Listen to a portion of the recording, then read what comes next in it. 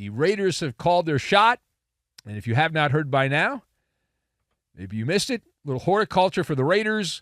Coach Antonio Pierce has named Gardner Minshew as the starting quarterback in Las Vegas. He's playing the Strip.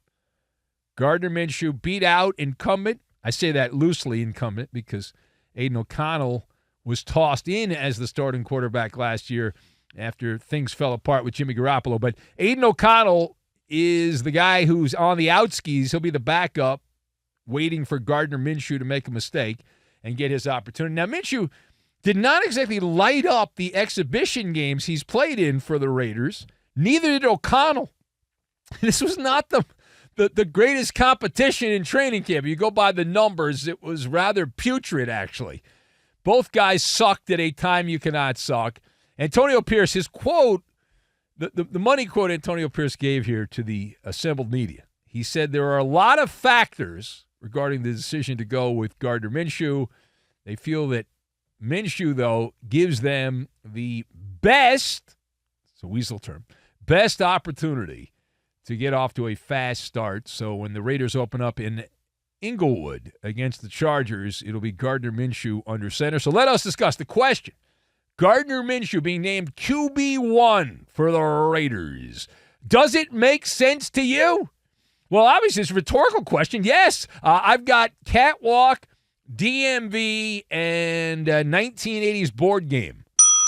And we will combine all of these things together, and we are going to make the one-armed bandit, which makes more money than all the other games at those casinos in Vegas. The slot machines, those penny slots, the biggest money maker in the gambling world. So, listen, I love the move. I'm Benny Brightside on this, smiling. I have a Cheshire cat smile from ear to ear. Gardner Minshew is the right choice at the right time. Not the greatest choice. I'm going to sit here and say, this is the second coming of Kenny Stabler or Rich Gannon 2.0. I'm not saying that. But in this moment, based on the options that were available, it's the right call.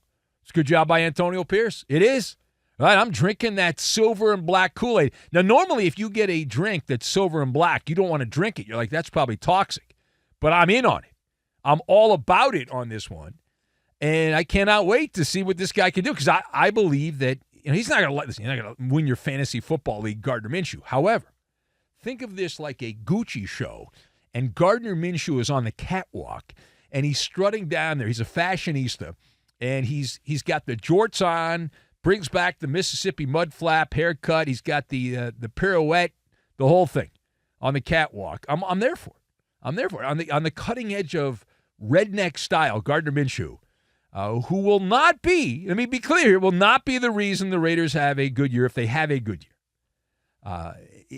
Given a less than flattering set of options, and that's what you had here. You did not have a lot of wow. There just wasn't. There was not. Just the right option.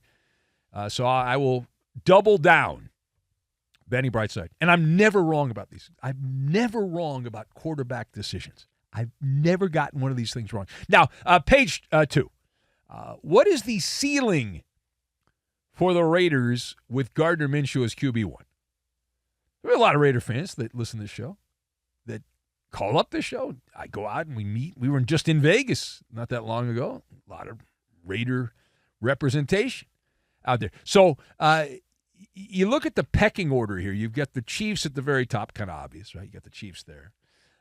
And then after that, I look at that division as wide open, wide open. As Michael Jordan said, the ceiling is the roof. The ceiling is the roof. And the Chargers are an unknown. They've looked just dreadful with Jim Harbaugh. And Jim Harbaugh is going to try to go to that ground and pound. Justin Herbert is supposed to be back for the start of the season, but who knows? And even if he is back, are they just going to hand the ball off 35 times a game and minimize his impact? And then you look at the Broncos, who, if you look at a depth chart on a tablet with Sean Payton, that's a hot mess. Looks like they're going to go with Bo Nix, although he did look good against the Packer backups. If everyone plays backups, I think Bo Nix will be the MVP of the NFL. Now, as for Vegas, Gardner Minshew is slightly above average. Now, what does that mean? That means that for let's say he starts, he's not going to start every game. This 17-game season. Let's say Minshew starts, say he makes it through 16 games. Just why not? Optimistic. So of those 16 games, he will be average for 10 of them.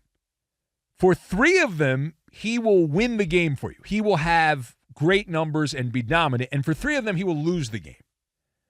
All right, so again, based on a 16-game sample, in this one game, 3 he'll be just puke. And why is this guy playing? 3 he'll be better than anyone in the NFL that day. And then for the other games, he'll just be there. And that's the thing, right? And follow the DMV guidelines, which is give the right of way to the defense and the playmakers. In the case of Gardner Minshew, he's had opportunities to start in Jacksonville and Indianapolis, but he's never had a wide receiver as dominant as Devontae Adams to throw the ball to. And the Raiders are pumping the tires on Brock Bowers, the tight end out of Georgia, that he's going to be great and he's supposed to be a stud. We'll see if that actually happens or not. But those are legit playmakers, so just get out of the way. Get him the ball and get out of the way. And if you look at the secret sauce, if the Raiders are going to be any good, and the people not very optimistic about the Raiders in the gambling world, but if you look at the Raiders as an optimistic person, you would say the defense has the building blocks there to be really good, led by Max Crosby as the headliner, and they have several off-the-radar players there that you'd say, wow, that guy's pretty good. Yeah, it should be fun and all that. Now, the main reason to be a cynic on this is the offense with Gardner Minshew, but the play caller, the offensive coordinator, blows. Luke Getsy, the old Chicago Bears offensive coordinator, who's terrible, just served turd burgers up in Chicago, and he's the one that's in charge of the offense there for the Raiders. All right, last word. We head to Philadelphia quickly, the city of brotherly love. And after a historical collapse down the stretch last season in 2023, things are supposed to be better for the Birds. Things are looking up. Oh, my God, they're going to be better. How can they be any worse? And I bring this up because with that in the background, Eagles quarterback Jalen Hurts, I read this and I did a double take. My eyeballs got big. I was like, woo. So Jalen Hurts has reportedly gone 273 consecutive throws in camp without throwing an interception. Are you impressed?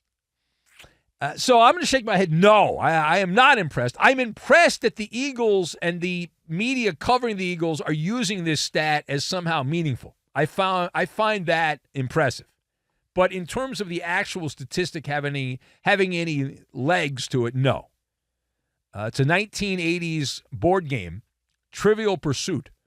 Is the game, right? We're in here talking about practice. Not a game. We're in here talking about practice, as a very famous Philadelphia athlete said back in the day. But they don't sell tickets, and they don't televise practice. When they do, that would have some meaning. And how many of those throws were against no defense in practice? Do we know how many of those throws were against no defense in practice for Jalen Hurts? And as many have pointed out, not just me, that they use blanks in practice and they have no live bullets. But in real games, there are actually people trying to stop you. It's a fascinating thing. But Philly has been very aggressive in their marketing campaign for Jalen Hurts. And I get it. There's a big investment there. They paid him a lot of money. And since they paid him, it's buyer's remorse. He has not been that good. And there are legitimate questions whether or not they got bamboozled by Jalen Hurts. So I understand that they are trying to pump this guy. And maybe they're right. Maybe this will be the great return to glory for Jalen Hurts. But without his center, Jason Kelce there, and even the tushy-pushy didn't work at the end of last year. So we'll see how this goes. But they're overinflating the tires on Jalen Hurts. That's not great. It is the band.